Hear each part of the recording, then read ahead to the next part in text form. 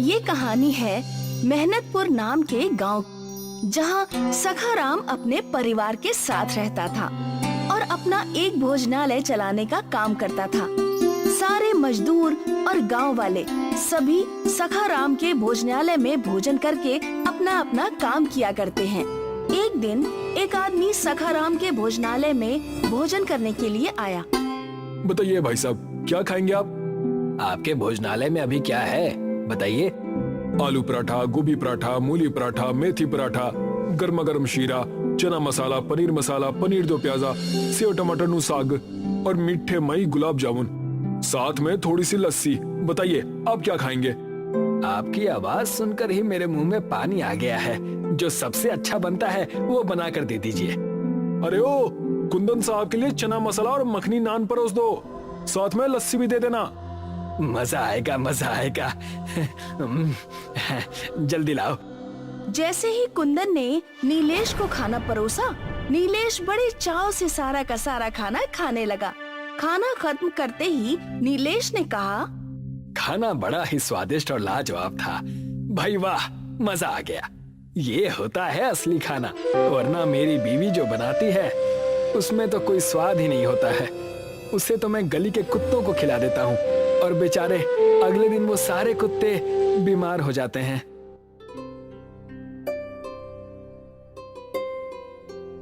इस होटल में खाने के साथ नींबू पानी भी मिलता है। कुंदन भाई जरा मीठा लाना। अरे रुको, वो पानी तुम्हारे हाथ धोने के लिए है, पीने के लिए नहीं। क्या बात कर रहे हो तुम? अरे हमने तो अभी तक यही सुना है कि नींबू को पानी में डालकर पीते हैं, ना कि उसमें हाथ धोते हैं।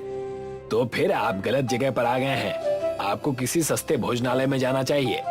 बिल पे कीजिए और जाइए यहाँ से। कुंदन ने नीलेश के पास आकर एक पर्ची थमाई, जिसे देखकर नीलेश के होश उड़ गए। ये सब क्या है?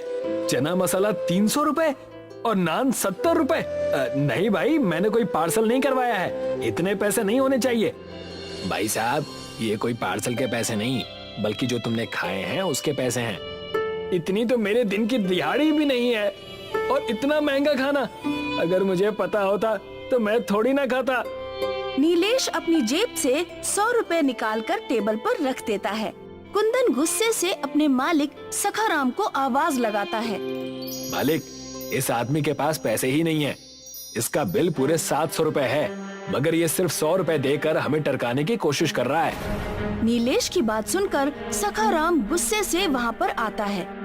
तुम्हारी जेब में जब फूटी कौड़ी नहीं थी तो तुम्हें क्या जरूरत थी यहाँ पर आने की? तुम्हारे जैसे लोगों को इस भोजनालय में आने का कोई अधिकार नहीं है। जल्दी से पैसे निकाल, नहीं तो मैं तेरा मार मार कर भड़ता बना दूंगा। अजीब बदतमीज आदमी हैं आप तो ग्राहकों के साथ बदतमीजी कर रहे हैं। बदतमीजी उसके साथ नहीं की जाती जिसकी कोई इज्जत होती है, और आज की दुनिया में जिसके पास पैसे नहीं होते उसकी कोई इज्जत नहीं होती।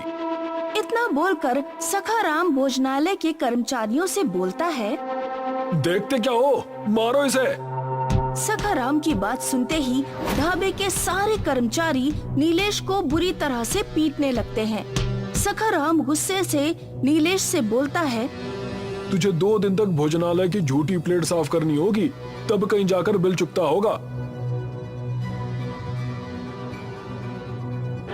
नीलेश 2 दिन तक लगातार उस भोजनालय की झूठी प्लेट साफ करता रहा। 2 दिन बाद नीलेश अपने घर जाकर अपने साथ हुई उस दुर्घटना को रोते हुए अपनी पत्नी विमला को बताता है। अजी, क्या जरूरत थी उस भोजनालय में जाने की, जब आपके पास इतने पैसे नहीं थे। निर्दयी लोगों ने पहले तो आपको बुरी तरह से पीटा, उसके बाद भी जब उनका दिल नहीं भरा तो उन्होंने 2 दिन तक लगातार भोजनालय में आपसे जानवरों की तरह काम करवाया। मेरा बहुत अपमान किया है विमला। आज मुझे एक बात समझ में आ गई कि बेचारे गरीब और असहाय लोगों को अच्छे भोजनालय में भोजन करने का कोई अधिकार नहीं है, लेकिन मैं ऐसा नहीं होने दूंगा। अजी, आप क्या कर लेंगे? आप तो खुद मार खाकर आ रहे हैं।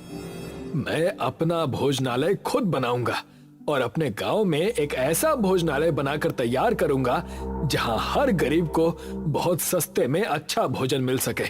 आखिर गरीब के भी कुछ अधिकार होते हैं विमला। गरीब का जन्म इन निर्दयी लोगों से मार खाने के लिए नहीं हुआ, उसे भी अच्छा भोजन करने का अधिकार है। लेकिन कैसे? नीलेश ने अपनी पत्नी की बात का कोई जवाब नहीं दिया। वो चुपचाप रात भर गहरी सोच में गुम रहा। अगली सुबह नीलेश गांव के हर घर में जाकर चंदा जमा करने लगा, मगर सब ने उसे अपमानित करके अपने घरों से भगा दिया। गांव का ही एक आदमी नीलेश का मजाक उड़ाते हुए बोला, पागल हो गए हो क्या? अरे कोई काम धंधा करो। ये अचानक तुम्हारे अंदर गरीबों के प्रति इतना प्रेम कैसे जागृत हो गया? उसके लिए तो देश के नेता ही काफी हैं। ये कैसी बात कर रहे हो तुम? मैं जो कुछ भी कर रहा हूँ गांव की भलाई के लिए कर रहा हूँ। हमारे गांव का नाम मेहनतपुर है। हमारे गांव के वासी दिन भर मेहनत में जुटे रहते हैं और उन्हें ढंग का एक वक्त का भोजन भी नहीं मिल पाता। तुम मेरा साथ देने की बजाय मुझे उल्टा अपमानित कर रहे हो। हाँ, क्योंकि तुम दिन में मुंगेरी लाल के सपने देख रहे हो। मेरे भाई, ऐसा सिर्फ फिल्मों में होता है, मगर वास्तविकता इससे बहुत अलग है। और मुझे एक बात बताओ नीलेश, एक बार को मान लिया जाए कि तुम अपने मकसद में सफल भी हो गए, तो 1 रुपए की थाली कब तक तुम गरीब लोगों को खिला पाओगे? ये पूरी तरह से असंभव है। इतना कहकर वो नीलेश का मजाक उड़ाता हुआ सखाराम के भोजनालय में जाकर बोला, सुना सखाराम जी, नीलेश अपने गांव में एक भोजनालय बनाना चाहता है। आप जो थाली 700 रुपए में बेचते हैं, वो थाली वो 1 रुपए में बेचने की सोच रहा है। लगता है उसकी बुद्धि भ्रष्ट हो गई है। अब उस बेवकूफ को कौन समझाए? तभी सखाराम का नौकर कुंदन सखाराम के पास आकर धीरे से बोला, सखाराम जी, हमें इसकी बातों को मजाक में नहीं लेना चाहिए। ओए, क्या कहना चाहता है तू? अगर नीलेश अपने मकसद में सफल हो गया तो कभी आपने सोचा है आपके भोजनालय का क्या होगा? कुत्ते लौटेंगे, कुत्ते। अरे काली जुबान, कभी तो अच्छा बोल दिया कर।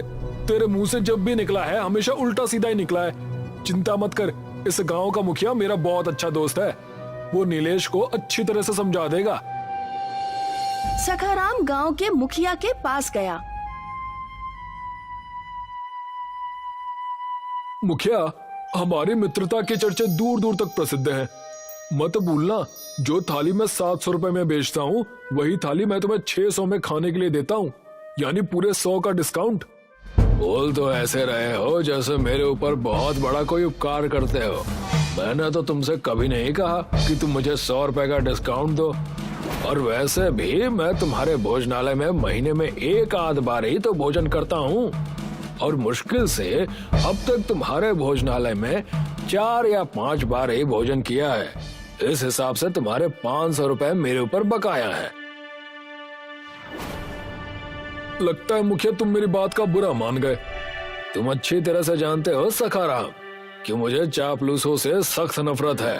मुद्दे की बात करो, किस काम के लिए यहाँ पर आए हो? कुछ दिन पहले नीलेश मेरे भोजनालय में भोजन करने आया था। अब आप ही बताओ मुखिया जी, 700 रुपए के बदले वो सिर्फ 100 रुपए दे रहा था। इसलिए मैंने उससे 2 दिन तक अपने भोजनालय की झूठी प्लेटें क्या साफ करवा दी। वो तो बुरी तरह से क्रोधित हो गया। हाँ, मैंने सुना है कि तुमने उसे पीटा भी था। हाँ, अब क्रोध में 1-2 थप्पड़ तो मार ही दिए थे, लेकिन इतना भी नहीं पीटा था कि वो इतना नाराज हो जाए। कहना क्या चाहते हो सखाराम, खुलकर बात करो। वो इस गांव में एक भोजनालय बनाने की तैयारी कर रहा है, और जो थाली मैं 700 रुपए में देता हूँ, वही थाली वो 1 रुपए में ग्राहकों को बेचेगा। अगर ऐसा हो गया ना, तो मेरा तो भोजनालय बंद हो जाएगा। मैं सड़क पर आ जाऊंगा। सखाराम की बात सुनकर मुखिया हंसने लगा।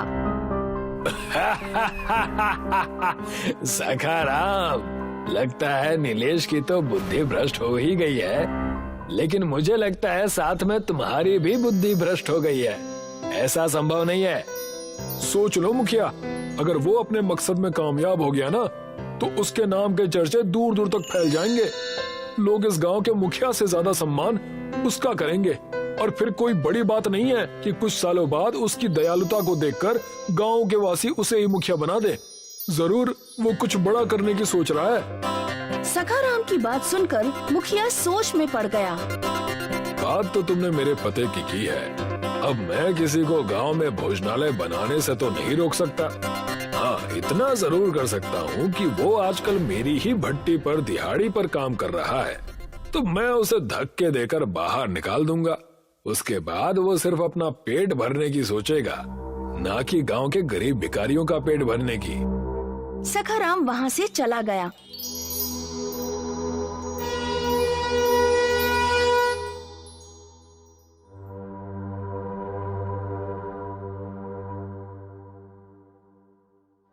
मुखिया ने उसी दिन नीलेश को काम से निकाल दिया।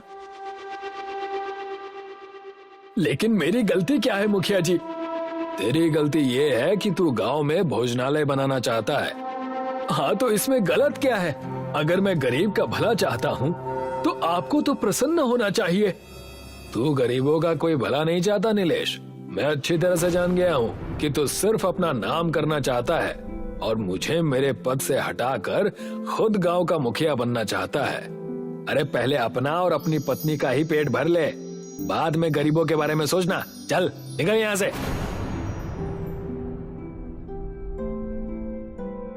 मगर नीलेश ने हार नहीं मानी।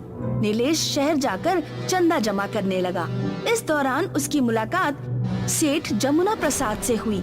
जमुना प्रसाद बेहद दयालु व्यक्ति थे। मुझे तुम्हारी सोच बहुत अच्छी लगी नीलेश, कि तुम एक ऐसा भोजनालय बनाकर तैयार करना चाहते हो जहाँ पर गरीब अच्छा भोजन कर सके। मैं तुम्हारी मदद करने के लिए तैयार हूँ। सेठ जमुना प्रसाद की मदद से नीलेश ने गांव में एक बहुत अच्छा भोजनालय तैयार करवाया। उसके भोजनालय में गुजराती, मराठी, कन्नड़ सभी तरह के भोजन तैयार होने लगे। भोजनालय बनते ही कुछ लोग भोजनालय में भोजन करने के लिए आ गए। वो सब देश के अलग अलग शहरों के रहने वाले थे। एक गुजराती नीलेश से बोला, તમારા રેસ્ટોરન્ટમાંથી બહુ મસ્ત ખુશ્બુ આવે છે। આ ખુશ્બુ સૂંઘીને હું પોતાની રોકી ના શક્યો। તો હવે મને જમવા આપો। नीलेश ने उस गुजराती को एक थाली में गुजरात का सारा प्रसिद्ध भोजन परोस दिया। भोजन खाकर गुजराती खुश होते हुए नीलेश से बोला, કેટલા રૂપિયા? બસ 1 રૂપિયાની આખી થાળી મળશે। 1 रुपए का नाम सुनकर गुजराती खुश हो गया। भोजनालय में लोगों की भीड़ लगने लगी। दूर दूर के शहर के लोग नीलेश के भोजनालय में भोजन करने के लिए आने लगे। अमीर हो या गरीब, नीलेश हर किसी से एक थाली का 1 रुपया ही वसूलता था।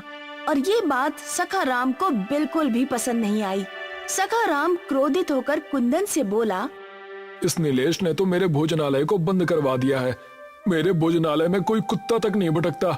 कुछ करो कुंदन। चिंता मत कीजिए सखाराम जी, मेरे पास एक उपाय है। कैसा उपाय? क्यों ना हम दोनों उसके भोजनालय में आग लगवा दें। जब 2-4 लोग जलकर मर जाएंगे तो उसका भोजनालय बंद हो जाएगा। सखाराम और कुंदन उस समय नीलेश के भोजनालय में आग लगाने की योजना बना रहे थे। उसी समय सेठ जमुना दास वहाँ से गुजर रहे थे। जमुना दास ने सखाराम और कुंदन की सारी बातें सुन ली। उन्होंने तुरंत पुलिस को इन्फॉर्म कर दिया। पुलिस उस दिन से नीलेश के भोजनालय पर नजर रखने लगी। रात के वक्त सखाराम और कुंदन भोजनालय में आग लगाने के लिए बहुत सारा पेट्रोल लेकर आ गए, मगर तभी पुलिस ने उन्हें दबोच लिया।